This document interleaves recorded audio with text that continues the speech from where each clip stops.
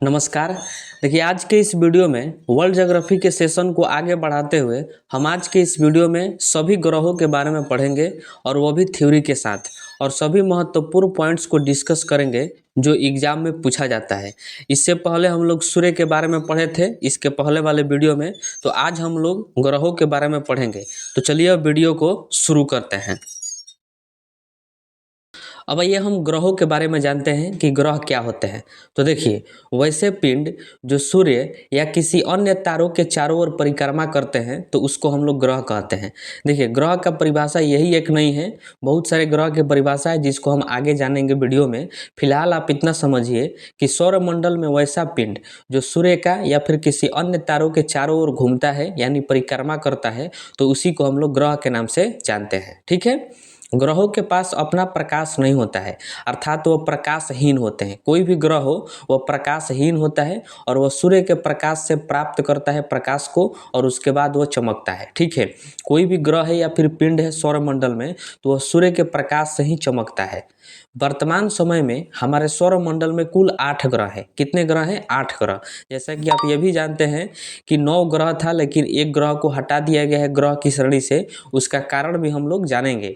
फिलहाल आप इतना समझिए कि सौरमंडल में कुल कितने ग्रह हैं, तो 8 ग्रह हैं। जैसा कि आप इमेज में भी देख रहे हैं, बुध, शुक्र, पृथ्वी, मंगल, बृहस्पति, शनि, अरुण और वरुण, ये कुल 8 ग्रह हैं।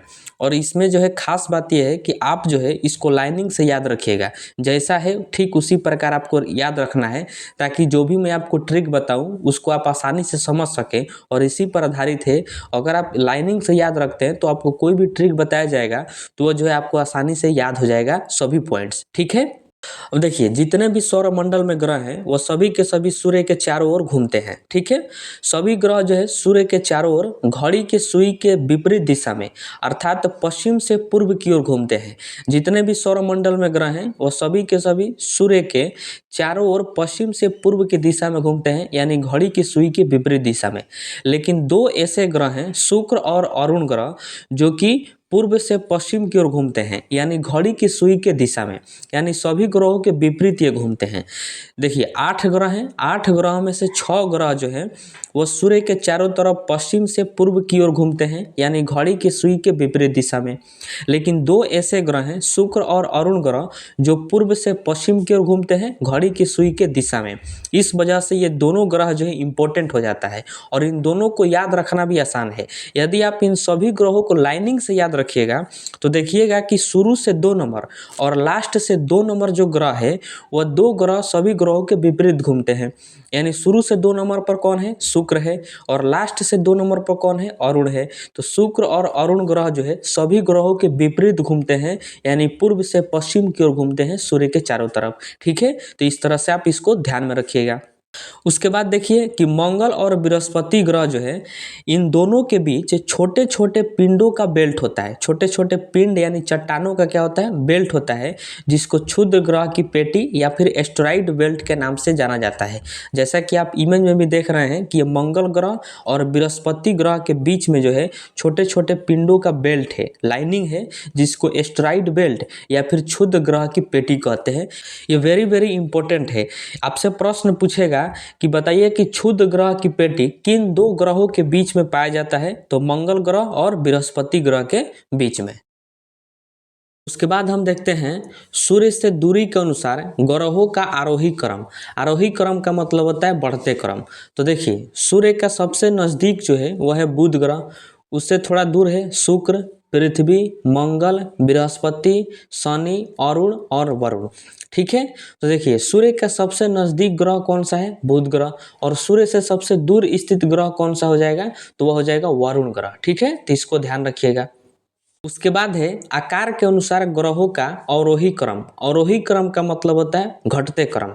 तो देखिए, सौरमंडल का सबसे बड़ा ग्रह जो है वह है बृहस्पति ग्रह, उसके बाद है शनि, उसके बाद अरुण, वरुण, पृथ्वी। पृथ्वी जो है ये 5वां सबसे बड़ा ग्रह है। ठीक है। सौरमंडल का पांचवा सबसे बड़ा ग्रह कौन सा हो जाएगा, तो पृथ्वी हो जाएगा। उसके बाद शुक्र, मंगल और सबसे लास्ट में है बुध। यानी सौरमंडल का सबसे बड़ा ग्रह बृहस्पति ग्रह और सौरमंडल का सबसे छोटा ग्रह कौन सा है, तो बुध ग्रह। ठीक है, बुध में आप ध्यान रखिएगा कि ये सौरमंडल का सबसे छोटा भी है और सूर्य का सबसे नज़दीक ग्रह भी है। तो इसको आप ऐसे याद रखिएगा कि जो छोटा बच्चा होता है वो हमेशा अपने माँ के पास ही होता है। छोटा बच्चा कोई भी हो वो अब हमेशा कहाँ रहेगा, अपने माँ के पास। तो बुध जो है ये सबसे छोटा ग्रह है और हमेशा कहाँ रहता है, सूर्य के पास, यानी सूर्य का सबसे नज़दीक ग्रह भी है। ठीक है, तो इस तरह से आप इसको रिलेट करके याद कर सकते हैं कि सौरमंडल का सबसे छोटा ग्रह बुध ग्रह और सबसे सूर्य का सबसे नज़दीक ग्रह तो बुध ही ग्रह है। ठीक है, अब आइए हम देखते हैं ग्रहों का प्रकार। देखिए, ग्रहों के प्रकार से भी कभी कभी प्रश्न पूछ लेता है, तो इसको पढ़ना जरूरी है। तो हम देखते हैं सूर्य से दूरी के अनुसार ग्रहों का प्रकार। तो ये जो है दो प्रकार का होता है, एक होता है आंतरिक ग्रह और एक होता है बाह्य ग्रह, यानी इनर प्लेनेट और आउटर प्लेनेट। तो देखिए, आंतरिक ग्रह किसे कहते हैं। देखिए, ये जो है सूर्य के समीप जो भी ग्रह हैं उसको हम लोग आंतरिक ग्रह के नाम से जानते हैं। तो ज़्यादातर देखिए कि चार ग्रह बुध, शुक्र, पृथ्वी और मंगल, यही चार ग्रह जो हैं सूर्य के समीप हैं। तो इनको जो है आंतरिक ग्रह के नाम से जाना जाता है। इस वजह से मैंने आपको बोला था कि जितने भी ग्रह हैं सभी को आप लाइनिंग से याद रखिएगा तो आपको आसानी होगा सभी चीज़ों को समझने में। ठीक है, उसके बाद बाह्य ग्रह है। तो जो सूर्य से दूर स्थित ग्रह हैं उनको हम लोग बाह्य ग्रह के नाम से जानते हैं। तो इन चार ग्रहों के बाद जो चार ग्रह हैं बृहस्पति, शनि, अरुण और वरुण, इनको जो है बाह्य ग्रह यानी आउटर प्लेनेट के नाम से जाना जाता है। उसके बाद हम देखते हैं द्रव्यमान के अनुसार ग्रहों का प्रकार। तो देखिए, ये भी दो प्रकार का होता है, एक होता है पार्थिव ग्रह और दूसरा होता है जोवियन ग्रह। ठीक है, पार्थिव ग्रह जो है ये आकार में छोटा और ठोस होता है। ठोस का मतलब सॉलिड होता है, जैसे में बुध, शुक्र, पृथ्वी, मंगल। जैसा कि आप जानते हैं कि पृथ्वी जो है कैसी है, ठोस है यानी सॉलिड है। तो इनको जो है पार्थिव ग्रह के नाम से जाना जाता है। उसके बाद है जोवियन ग्रह। ये जो है आकार में बड़े एवं तरल होते हैं, तरल यानी गैसीय अवस्था में होते हैं। तो उनको हम लोग जोवियन ग्रह कहते हैं, जैसे में बृहस्पति, शनि, अरुण और वरुण। ठीक है, तो इन चारों ग्रहों को जोवियन ग्रह के नाम से जाना जाता है। मैंने आपको शुरू में ही बोला था कि सभी ग्रहों को अगर आप लाइनिंग से याद रखते हैं यानी सीक्वेंस में, तो आपको सभी चीज़ों को समझना आसान हो जाएगा।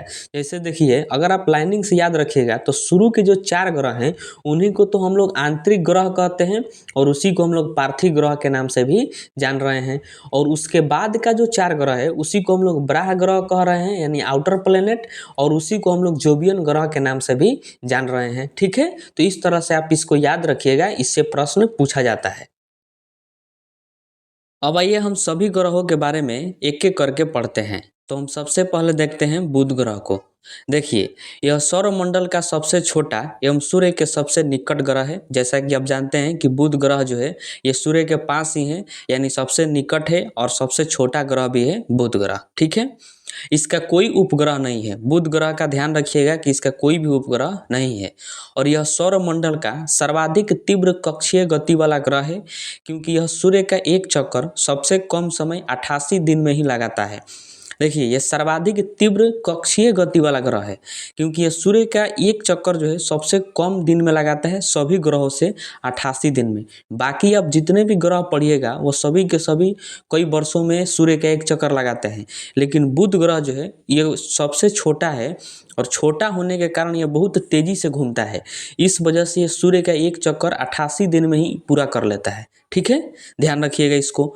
इसे अपने अक्ष पर एक घूर्णन पूरा करने में 58.6 दिन लगते हैं और यह अपने अक्ष पर एक चक्कर पूरा करने में 58 दिन का समय लेता है और सूर्य का एक चक्कर पूरा करने में 88 दिन का समय लेता है। ठीक है, इस ग्रह पर दिन में तापमान 427 डिग्री सेल्सियस तथा रात में -173 डिग्री सेल्सियस हो जाता है।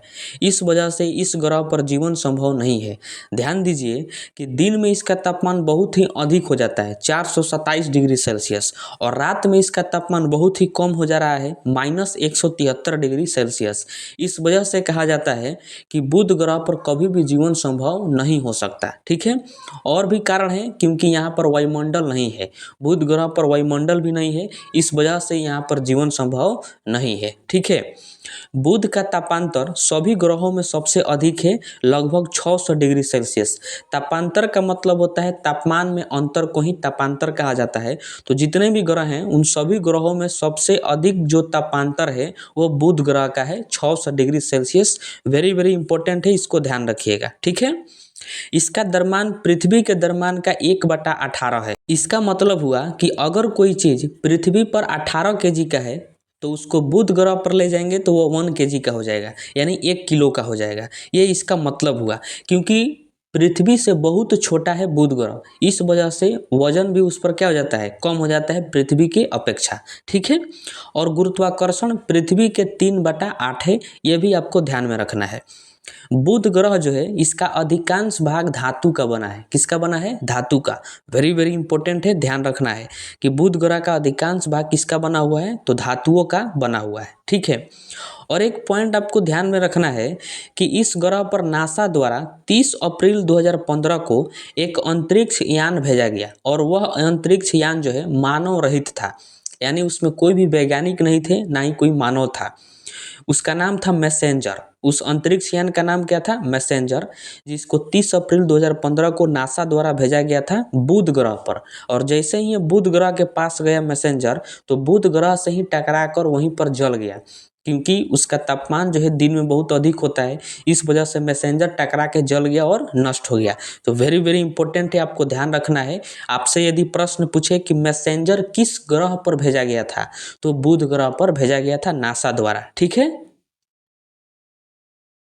अब हम पढ़ते हैं शुक्र ग्रह के बारे में। तो देखिए, यह सौरमंडल का सबसे चमकीला एवं पृथ्वी का सर्वाधिक निकटतम ग्रह है। वेरी वेरी इंपॉर्टेंट है, ध्यान रखना है आपको कि सौरमंडल का सबसे चमकीला ग्रह कौन सा है, तो शुक्र ग्रह। हम आगे जानेंगे कि क्यों चमकीला है।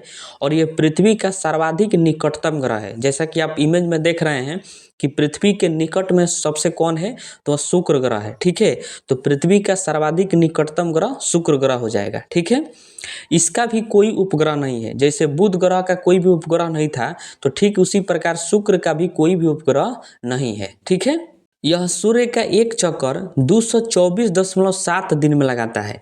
शुक्र ग्रह जो है यह सूर्य का एक चक्कर कितने दिन में लगाता है, तो लगभग 225 दिन में एक चक्कर पूरा कर लेता है। ठीक है, और वही अपने अक्ष पर एक घूर्णन पूरा करने में 243 दिन का समय लगता है। देखिए, शुक्र ग्रह जो है यह अपने अक्ष पर एक चक्कर पूरा करने में 243 दिन का समय लेता है, और वही सूर्य का एक चक्कर पूरा करने में लगभग 225 दिन का समय लेता है। यानी आप यहाँ पर समझ सकते हैं कि यह 243 दिन में अपने अक्ष पर एक चक्कर पूरा कर रहा है। इसका मतलब यह बहुत धीमा घूमता है।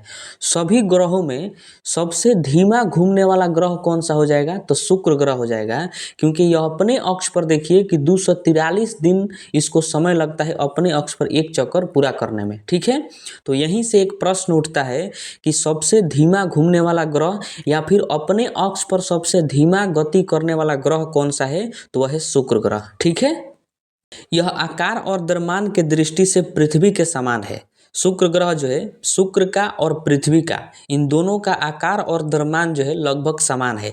इस वजह से शुक्र ग्रह को पृथ्वी का जुड़वा ग्रह या फिर भगिनी ग्रह के नाम से जाना जाता है। तो ये भी वेरी वेरी इंपॉर्टेंट पॉइंट है, कई बार एग्जाम में पूछा जा चुका है कि पृथ्वी का जुड़वा ग्रह या फिर भगिनी ग्रह किस ग्रह को कहा जाता है, तो शुक्र ग्रह को कहा जाता है, क्योंकि दोनों का आकार और द्रव्यमान जो है लगभग समान है। ठीक है, देखिए, इसका वायुमंडल बहुत अधिक मोटा है तथा यहाँ के वायुमंडल में 96% कार्बन डाइऑक्साइड है। वेरी वेरी इंपॉर्टेंट है, ध्यान रखना है कि शुक्र ग्रह का जो वायुमंडल है उसमें जो है 96% कार्बन डाइऑक्साइड मौजूद है। अब आप जानते हैं कि कार्बन डाइऑक्साइड की मात्रा बढ़ने से जो है गर्मी भी बढ़ने लगती है, जिस वजह से शुक्र ग्रह पर बहुत अधिक गर्मी होता है, बहुत अधिक शुक्र ग्रह जो है गर्म हो जाता है। अतः सौरमंडल का सबसे गर्म ग्रह जो है वह शुक्र ग्रह हो जाता है। ठीक है, तो वेरी वेरी इंपॉर्टेंट प्रश्न है, आपको ध्यान रखना है कि सौरमंडल का सबसे गर्म ग्रह कौन सा है, तो वह है शुक्र ग्रह, क्योंकि वहां पर कार्बन डाइऑक्साइड ज्यादा है शुक्र ग्रह के वायुमंडल में। ठीक है, इसका तापमान जो है 462 डिग्री सेल्सियस होता है। शुक्र ग्रह का तापमान कितना हो जाता है, 462 डिग्री सेल्सियस, सभी ग्रहों से अधिक तापमान, इस वजह से यह सबसे गर्म ग्रह हो जाता है। देखिए, शुक्र ग्रह को शाम का तारा यानी इवनिंग स्टार या फिर भोर का तारा यानी मॉर्निंग स्टार के नाम से भी जाना जाता है, क्योंकि यह शाम के समय पश्चिम दिशा में तथा सुबह के समय पूर्व दिशा में दिखाई पड़ता है। इस वजह से इसको पृथ्वी पर शाम का तारा या फिर भोर का तारा के नाम से जाना जाता है, क्योंकि यह शाम के समय जो है पश्चिम दिशा में और सुबह में यह पूर्व दिशा में दिखाई पड़ता है शुक्र ग्रह। ठीक है, तो इसको भी आप ध्यान में रखिएगा। अब आइए हम अपना ग्रह यानी पृथ्वी के बारे में पढ़ते हैं। तो देखिए, पृथ्वी एकमात्र ऐसा ग्रह है जिस पर जीवन पाया जाता है। आप जानते हैं कि हम लोग पृथ्वी पर ही रहते हैं, तो यही एकमात्र ऐसा ग्रह है जिस पर जीवन संभव है। ठीक है, यह सूर्य एवं मंगल ग्रह के बीच में है। जैसा कि आप इमेज में देख रहे हैं कि पृथ्वी कहाँ पर है, तो सूर्य और मंगल ग्रह के बीच में स्थित है पृथ्वी। यह आकार की दृष्टि से पांचवा सबसे बड़ा ग्रह है। वेरी वेरी इंपॉर्टेंट पॉइंट है, इसको ध्यान रखिएगा कि आकार के दृष्टि से पांचवा सबसे बड़ा ग्रह कौन सा है, तो पृथ्वी है। इस वजह से यह प्रश्न पूछा जाता है, ध्यान रखना है आपको। इसका एकमात्र उपग्रह है चंद्रमा है। पृथ्वी का एकमात्र उपग्रह कौन सा है, चंद्रमा है, और चंद्रमा के बारे में हम आगे पढ़ेंगे। पृथ्वी पर जल की उपस्थिति के कारण इसे नीला ग्रह कहते हैं, और जीवन के अनुकूल वातावरण के कारण इसको हरित ग्रह के नाम से जाना जाता है। जैसा कि आप जानते हैं कि पृथ्वी पर 71% पानी है, 71% पानी है। इस वजह से इसको नीला ग्रह के नाम से जाना जाता है, क्योंकि पानी, समुद्र का पानी जो है नीला दिखाई देता है। ठीक है, और यहाँ पर जो है बहुत सारे पेड़ पौधे हैं, हरा भरा रहता है, अनुकूल वातावरण है, इसलिए इसको हरित ग्रह के नाम से भी जाना जाता है पृथ्वी को। ठीक है, पृथ्वी की अक्षीय झुकाव कितना है, तो 23.5 डिग्री है। देखिए, अक्षीय झुकाव का मतलब है कि पृथ्वी जहाँ पर है वहीं पर झुकी हुई है। कितना झुकी है, तो 23.5 डिग्री के एंगल पर झुकी हुई है, तो वही कहा जाता है कि अक्षीय झुकाव। तो पृथ्वी का अक्षीय झुकाव हो जाएगा 23.5 डिग्री, इसको ध्यान रखना है। और अक्षीय झुकाव के कारण ही पृथ्वी पर ऋतु परिवर्तन होता है।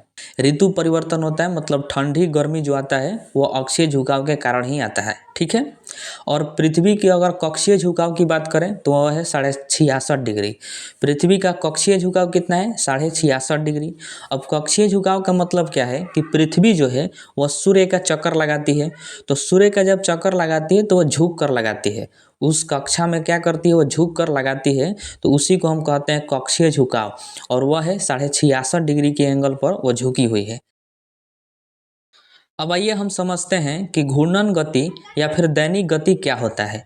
तो देखिए, पृथ्वी अपने अक्ष पर एक चक्कर लगाने में 23 घंटा 56 मिनट 4 सेकेंड का समय लेती है, यानी लगभग ये कह सकते हैं हम कि 24 घंटा का समय लेती है। उसी को हम लोग घूर्णन गति या फिर दैनिक गति के नाम से जानते हैं। देखिए, पृथ्वी जो है जहाँ पर है तो वह पृथ्वी अपने ही स्थान पर अगर घूमती है तो उसी को हम लोग घूर्णन गति या फिर दैनिक गति कहते हैं। देखिए, कोई भी गोलाकार चीज हो तो जहाँ से वो चलना प्रारंभ करता है, घूमना प्रारंभ करता है और घूमकर उसी स्थान पर आ जाता है, तो हम कहते हैं कि यह एक चक्कर पूरा कर लिया। जहाँ से चलेगा और फिर एक चक्कर घूमकर आ जाएगा उसी स्थान पर, तो हम कहेंगे कि वो एक चक्कर क्या कर लिया, पूरा कर लिया। तो ठीक उसी प्रकार पृथ्वी जो है अपने स्थान पर घूमकर एक चक्कर जब मारती है तो उसी को हम लोग घूर्णन गति या फिर दैनिक गति कहते हैं। ठीक है, और वह एक चक्कर जो है 23 घंटा 56 मिनट और 4 सेकंड में लगाती है, या फिर ये कह सकते हैं कि 24 घंटा में एक चक्कर पूरा करती है। उसी को हम लोग घूर्णन या फिर दैनिक गति के नाम से जानते हैं। ठीक है, दैनिक गति इसको इसलिए कहा जाता है क्योंकि इसी के घूमने के कारण, यानी अपने ही अक्ष पर घूमने के कारण दिन और रात होता है, इसलिए हम इसको दैनिक गति के नाम से जानते हैं। ठीक है, आगे के वीडियो में हम जानेंगे कि दिन और रात कैसे होता है। आप फिलहाल इतना समझिए कि पृथ्वी जो है अपने अक्ष पर जब 24 घंटा में एक चक्कर पूरा करती है, उसी गति को घूर्णन गति या फिर दैनिक गति कहा जाता है। ठीक है, अब यह भी प्रश्न कभी कभी पूछता है कि किस स्पीड से वो अपने अक्ष पर घूमती है, तो ध्यान रखिएगा 1610 किलोमीटर प्रति घंटा के स्पीड से पृथ्वी अपने अक्ष पर एक चक्कर पूरा करती है। ठीक है, उसके बाद हम देखते हैं कि सौर वर्ष क्या है। तो देखिए, पृथ्वी को सूर्य का एक चक्कर लगाने में 365.25 दिन का समय लगता है, तो उसी को हम लोग सौर वर्ष के नाम से जानते हैं। देखिए पृथ्वी जो है एक तो पहले अपने अक्ष पर घूमती है और उसके बाद जो है सूर्य का भी चक्कर लगाती है। घूमते घूमते सूर्य का भी क्या करती है, चक्कर लगाती है दीर्घ वृत्ताकार पथ पर। तो जब सूर्य का एक चक्कर पृथ्वी पूरा कर लेती है तो उसी को हम लोग सौर वर्ष के नाम से जानते हैं। और सूर्य का एक चक्कर पृथ्वी जो है 365.25 दिन में लगाती है, यानी इसी को कहा जाता है 365 दिन। और ये 4 साल के बाद जो है कितना हो जाएगा, 366 दिन हो जाएगा, जिसको लीप वर्ष के नाम से जाना जाता है। ठीक है, तो पृथ्वी सूर्य का एक चक्कर लगाती है, उसी को हम लोग सौर वर्ष कहते हैं।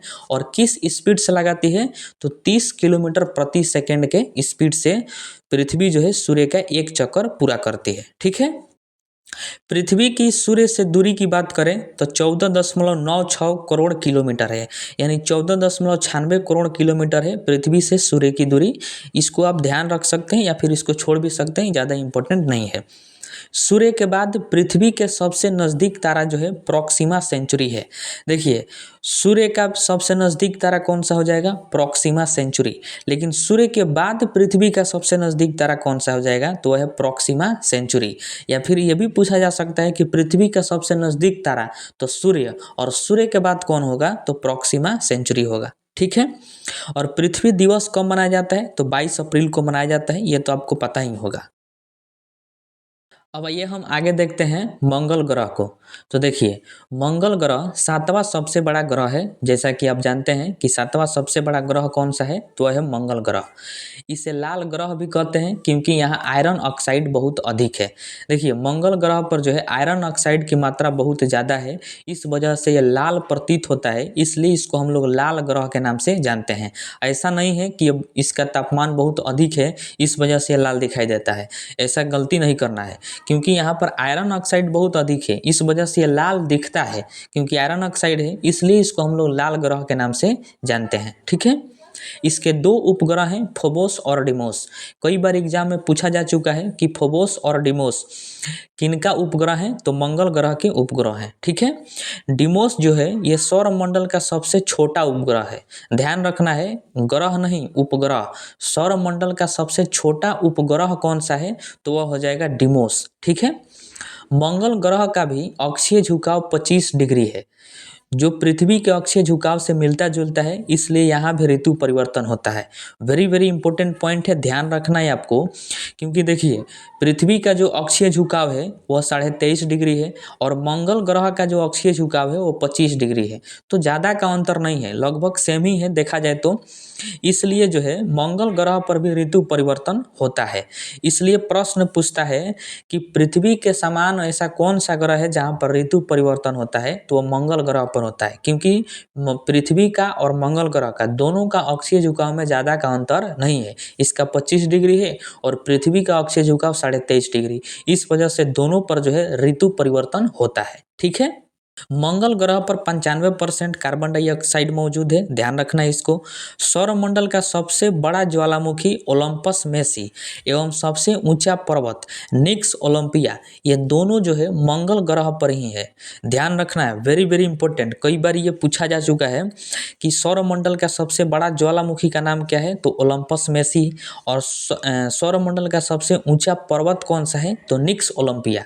जैसे कि पृथ्वी पर सबसे ऊंचा पर्वत है माउंट एवरेस्ट, ठीक उसी प्रकार जो है सौरमंडल में सबसे ऊंचा पर्वत है निक्स ओलंपिया। ठीक है, और ये दोनों जो है ज्वालामुखी और सबसे ऊंचा पर्वत, ये दोनों किस ग्रह पर आपको मिलेंगे, तो मंगल ग्रह पर ही मिलेंगे, ध्यान रखना है। ठीक है, अगला ग्रह है बृहस्पति ग्रह।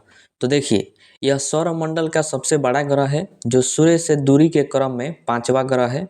जैसा कि आप इमेज में देख रहे हैं कि दूरी के क्रम में सूर्य से कितने नंबर पर आता है, तो 5वें नंबर पर आता है और ये सौरमंडल का सबसे बड़ा ग्रह है। ठीक है, इसके उपग्रह की बात करें तो इसके 95 उपग्रह हैं और इन उपग्रहों में सबसे बड़ा जो उपग्रह है उसका नाम है गैनीमीड।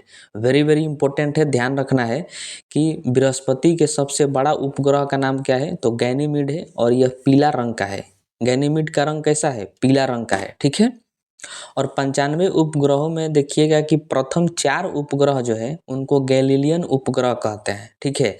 बृहस्पति के 95 उपग्रह हैं और उनमें से जो प्रथम 4 नंबर तक जो उपग्रह हैं उनको हम लोग गैलीलियन उपग्रह कहते हैं, क्योंकि इसकी खोज जो है गैलीलियो ने किया था। इस वजह से इन चारों को गैलीलियन उपग्रह के नाम से जाना जाता है, ठीक है।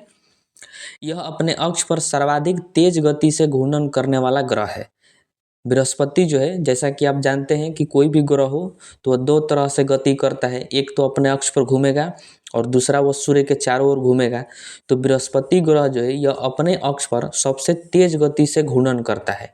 और सबसे धीमा गति पर कौन करता है, तो शुक्र ग्रह। आप पढ़ें इसके पहले कि शुक्र ग्रह अपने अक्ष पर बहुत धीमा गति से घूर्णन करता है। लेकिन अगर पूछे कि अपने अक्ष पर सर्वाधिक तेज गति से घूर्णन करने वाला ग्रह कौन सा है, तो वह हो जाएगा बृहस्पति ग्रह, ठीक है।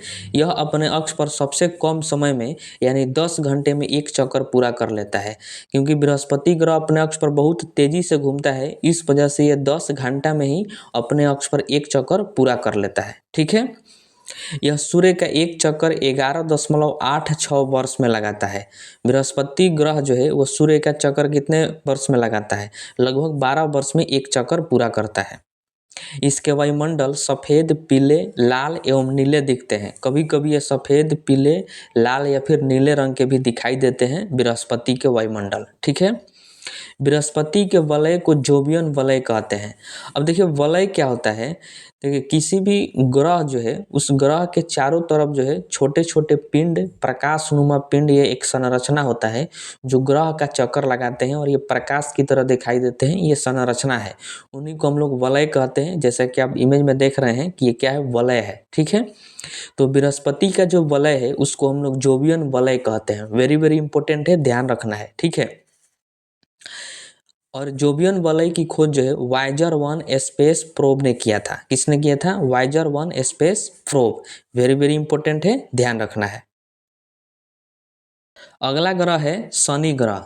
देखिए यह एक चमकीला ग्रह है, इसे गैसों का गोला भी कहते हैं। किस ग्रह को गैसों का गोला कहा जाता है, तो शनि ग्रह को कहा जाता है। और यह सबसे चमकीला है सौरमंडल का, ठीक है।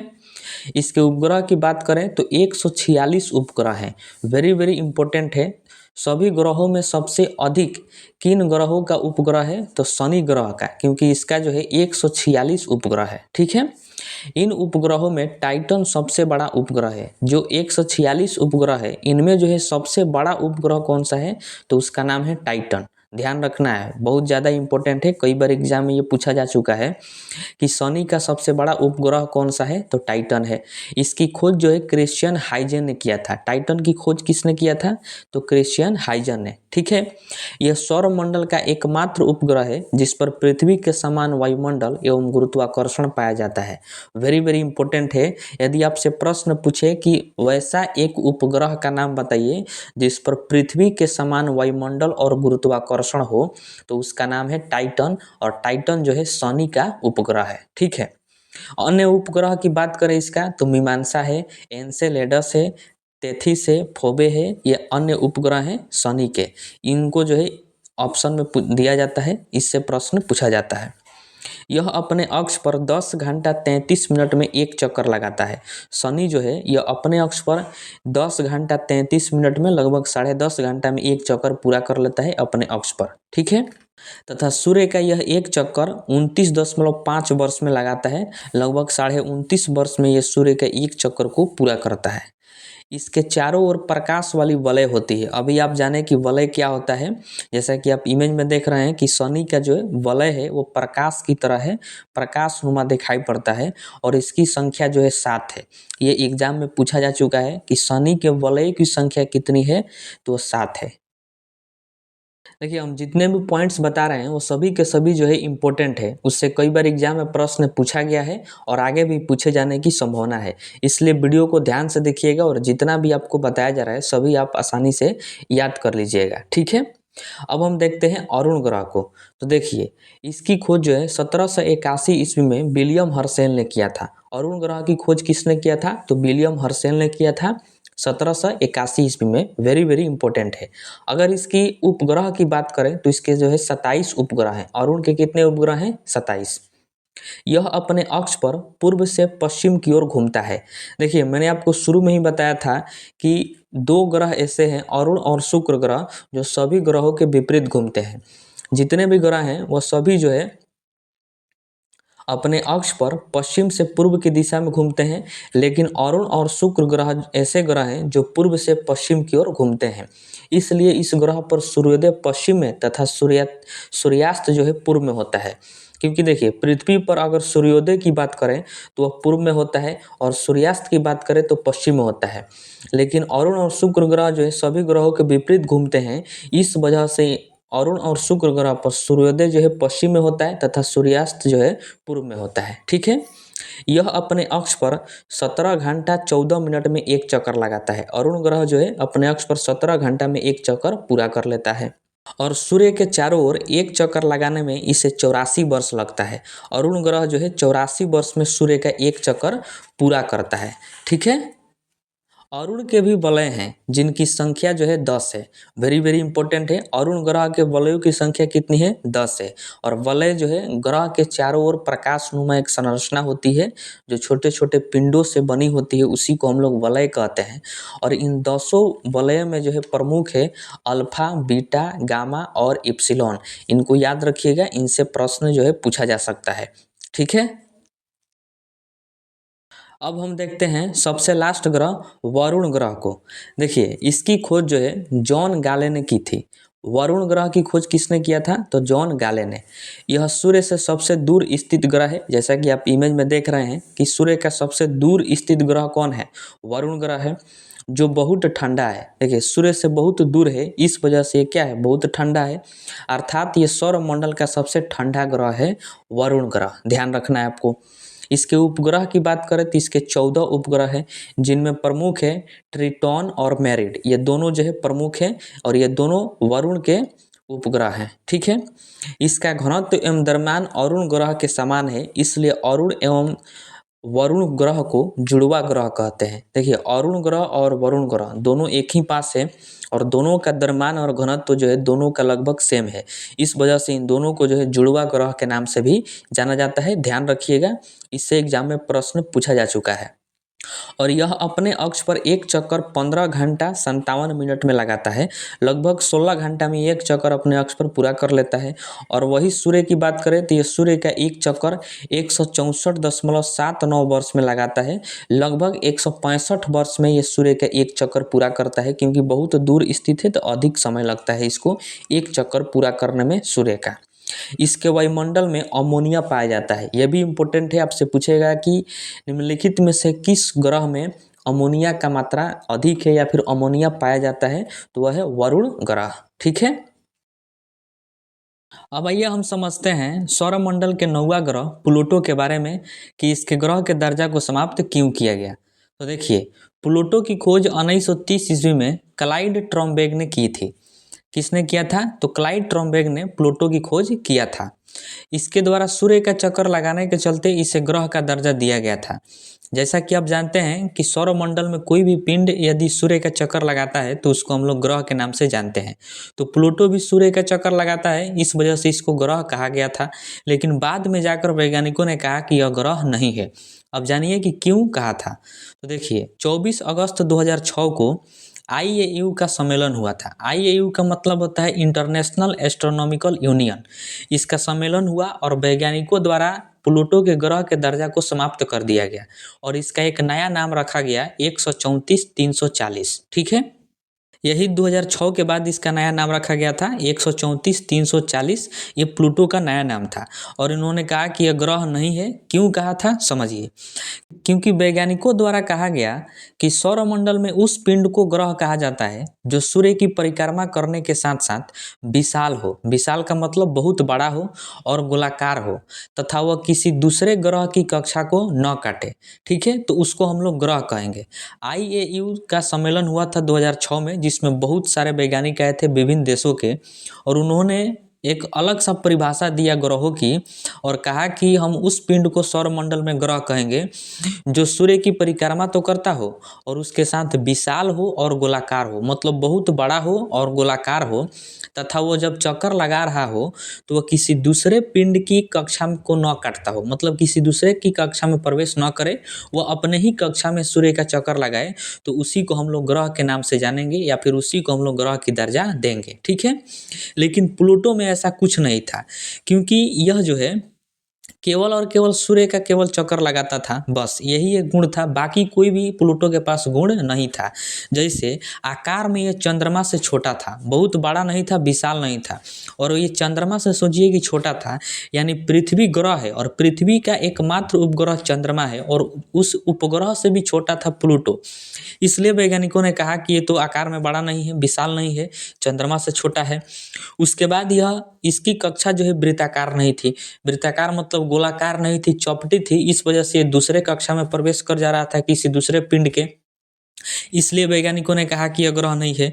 और तीसरा कारण यह था कि अरुण ग्रह की कक्षा को यह काटता था, ये अरुण ग्रह की कक्षा को क्या करता था, काट देता था। लेकिन वैज्ञानिकों ने अपनी परिभाषा में क्या कहा था कि किसी दूसरे पिंड की कक्षा को न काटता हो कोई पिंड, तो उसी को हम लोग ग्रह कहेंगे।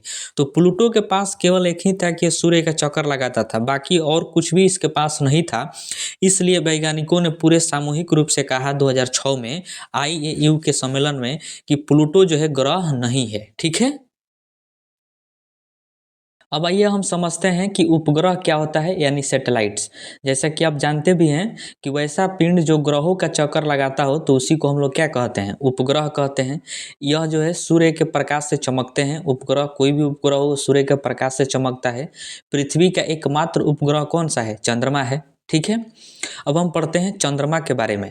देखिए, यह एकमात्र पृथ्वी का उपग्रह है जहां पर वायुमंडल नहीं है। वेरी वेरी इंपॉर्टेंट है, ध्यान रखना है कि चंद्रमा पर जो है वायुमंडल उपस्थित नहीं है। ठीक है, चंद्रमा पृथ्वी की एक चक्कर 27 दिन 7 घंटे और 43 मिनट में लगाता है।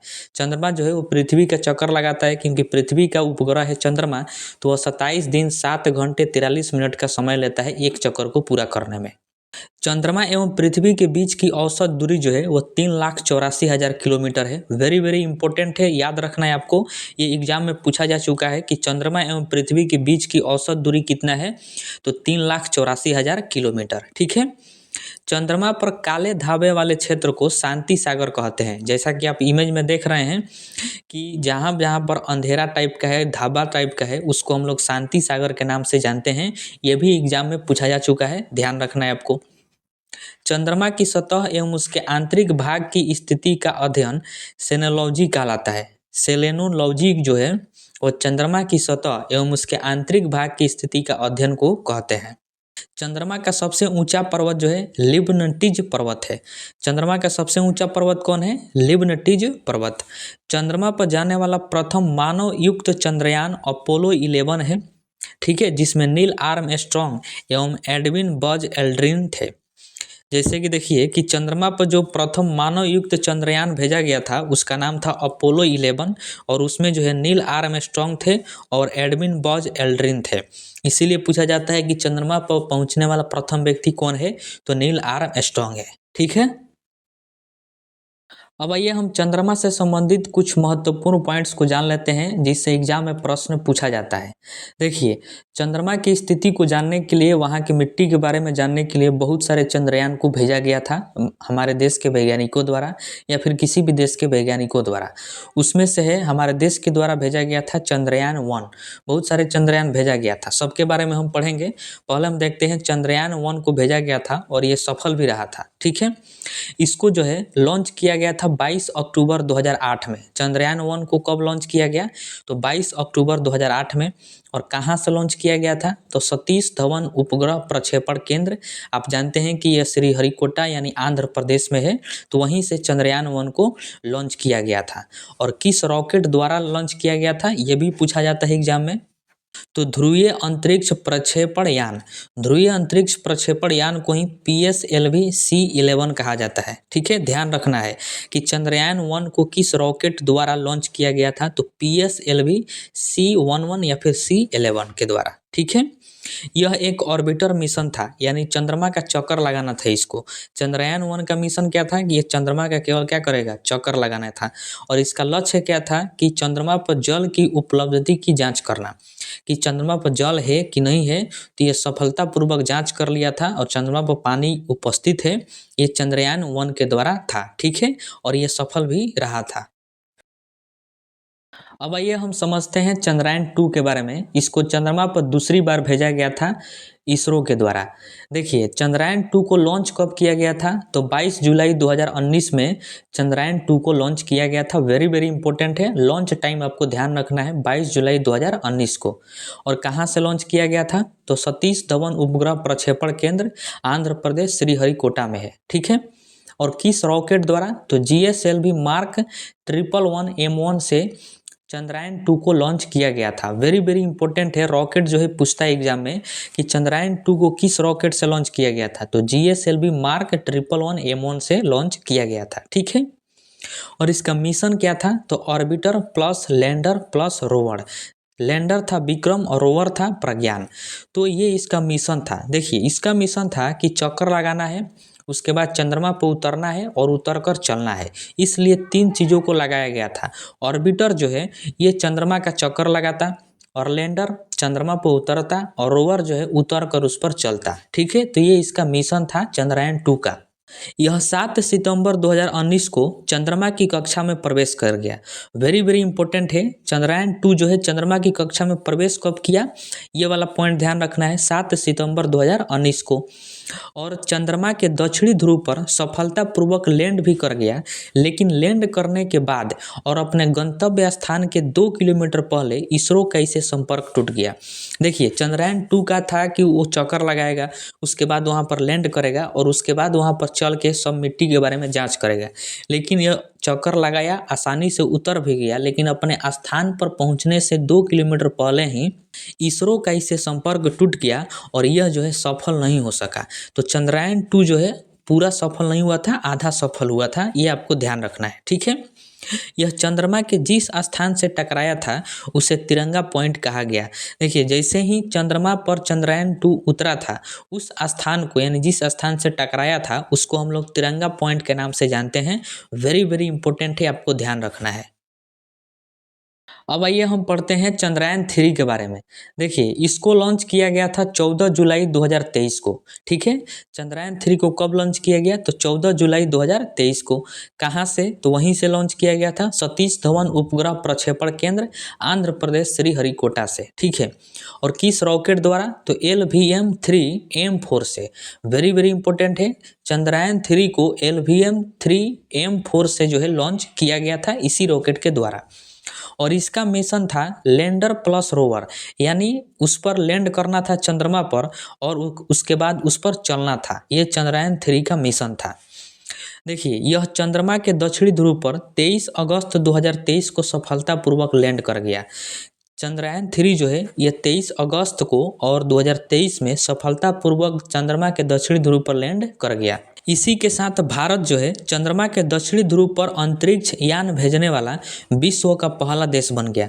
वेरी वेरी इंपॉर्टेंट है, ध्यान रखना है आपको कि चंद्रमा के दक्षिणी ध्रुव पर अंतरिक्ष यान भेजने वाला विश्व का पहला देश कौन है, तो वह अपना देश भारत है।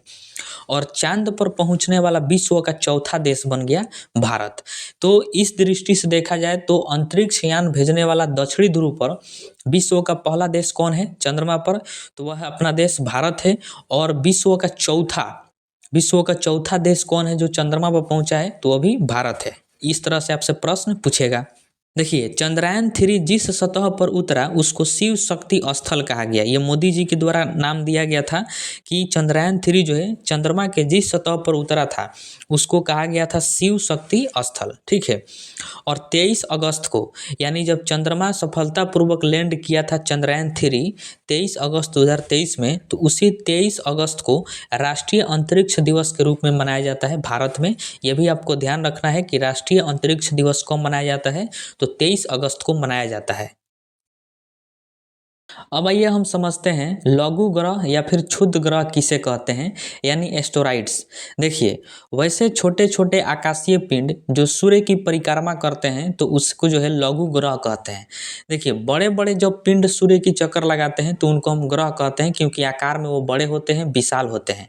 लेकिन जब छोटे छोटे आकाशीय पिंड सूर्य की परिक्रमा करते हैं तो उनको हम लोग लघु ग्रह यानी एस्टेरॉइड कहते हैं। ठीक है।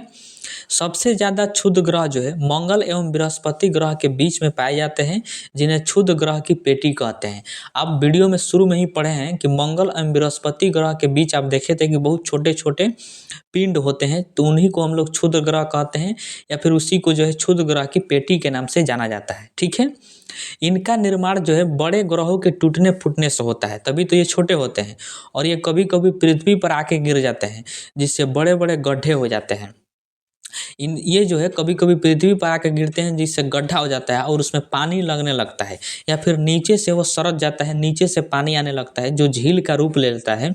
जैसे में लोनार झील, आप मेरे झील वाला वीडियो देखे होंगे तो उसमें लोनार झील के बारे में आप पढ़े होंगे। लोनार झील जो है ये क्षुद्र ग्रह से बना हुआ एक झील है। ठीक है। अब आइए हम समझते हैं कि पूछल तारे या फिर धूमकेतु क्या होते हैं, जिनको अंग्रेजी में कोमेट्स कहा जाता है। देखिए, ये चट्टान, धूल एवं बर्फीली गैसों के पिंड से बने होते हैं, और ये एक पिंड होते हैं जो चट्टान, धूल और बर्फीली गैसों से बने होते हैं। ठीक है। जो रात में दिखाई पड़ते हैं, कभी कभी आप देखे होंगे थोड़े समय के लिए रात में एकदम दिखाई पड़ता है उजला टाइप का और चमकता हुआ, तो उसी को हम लोग पुच्छल तारे या फिर धूमकेतु के नाम से जानते हैं।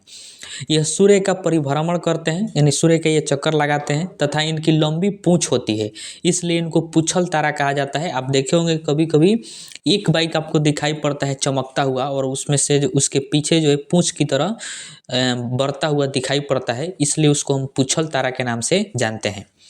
यह सूर्य की तीव्र ऊष्मा के कारण समाप्त हो जाते हैं या फिर विखंडित हो जाते हैं, टूट जाते हैं। देखिए, पूछल तारे की जो है बहुत सारी संरचनाएं होती है, वो अनेक भागों में बटे होते हैं, जैसे में नाभि, कोमा और पूंछ। देखिए, नाभि जो है ये पूछल तारा का केंद्र होता है, जो पत्थर और बर्फ का बना होता है। वेरी वेरी इंपॉर्टेंट है, आपको ध्यान रखना है कि पूछल तारा का जो नाभि है ये पत्थर और बर्फ का बना होता है, और ये इसका केंद्र होता है पूछल तारा का नाभि। ठीक है। कोमा की बात करें तो पूछल तारा के चारों ओर गैस के बादल जो होते हैं उन्हीं को हम लोग कोमा के नाम से जानते हैं। और नाभि से निकलने वाली गैस पूंछ के समान होती है। जैसे ही वो निकलते हैं, दिखाई पड़ते हैं, तो उनके नाभि से जो है कुछ गैस निकलती है जो पूंछ की तरह दिखाई देती है। ठीक है।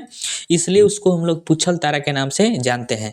तो ये आप समझ गए होंगे कि पूछल तारे जो है रात में दिखाई पड़ते हैं और सूर्य का परिभ्रमण करते हैं, उन्हीं को धूमकेतु या फिर कोमेट्स कहते हैं। अन्य पूछल तारे की बात करें तो हैली एक पूछल तारा है जो 76 वर्ष पर दिखाई पड़ता है। यह जो है 1986 में दिखाई दिया था, और अब जो है 2062 में ये दिखाई देगा, हैली पूछल तारा। ठीक है, जो 76 वर्ष पर दिखाई पड़ता है। उसके बाद हेल बॉफ है, सुमेकर है, ये भी जो है पूछल तारे का ही नाम है। तो इन सभी को आप ध्यान में रखिएगा। अब आइए हम समझते हैं सबसे लास्ट पॉइंट, उल्का पिंड यानी मेटेरॉइड्स के बारे में। देखिए, यह अत्यंत सूक्ष्म आकाशीय पिंड होते हैं जो अंतरिक्ष में घूमते रहते हैं। देखिए, बहुत ही छोटा आकाशीय पिंड को जो है उल्का पिंड के नाम से जाना जाता है। इन्हें टूटता हुआ तारा कहा जाता है, क्योंकि जब वे पृथ्वी के वायुमंडल में प्रवेश करते हैं तो वायुमंडलीय घर्षण से चमकने लगते हैं। देखिए, वायुमंडल यानी हवा के जो है घर्षण से ये चमकने लगते हैं। बहुत ही छोटे छोटे पिंड होते हैं, उन्हीं को हम लोग उल्का पिंड के नाम से जाना जाता है, यानी मेस्टोराइड के नाम से इसको जाना जाता है। ठीक है। और ये अंतरिक्ष में घूमते रहते हैं, और वायुमंडलीय घर्षण से तो ये जब पृथ्वी पर आते हैं तो ये चमकते हैं वायुमंडलीय घर्षण के कारण, इसलिए इसको जो है टूटता हुआ तारा के नाम से जाना जाता है। ये पृथ्वी पर आते आते ठंडा हो जाते हैं। जैसे जैसे पृथ्वी की ओर बढ़ते हैं तो धीरे धीरे क्या होते हैं, ठंडा हो जाते हैं। अब तक का सबसे बड़ा उल्का पिंड होवा बेस्ट है। वेरी वेरी इंपॉर्टेंट है। सबसे बड़ा उल्का पिंड का नाम क्या है, होवा बेस्ट। इसको जो है नामीबिया में मिला था। उल्का पिंड कहाँ मिला था सबसे बड़ा, नामीबिया में मिला था, जिसका नाम था होवा बेस्ट। ठीक है।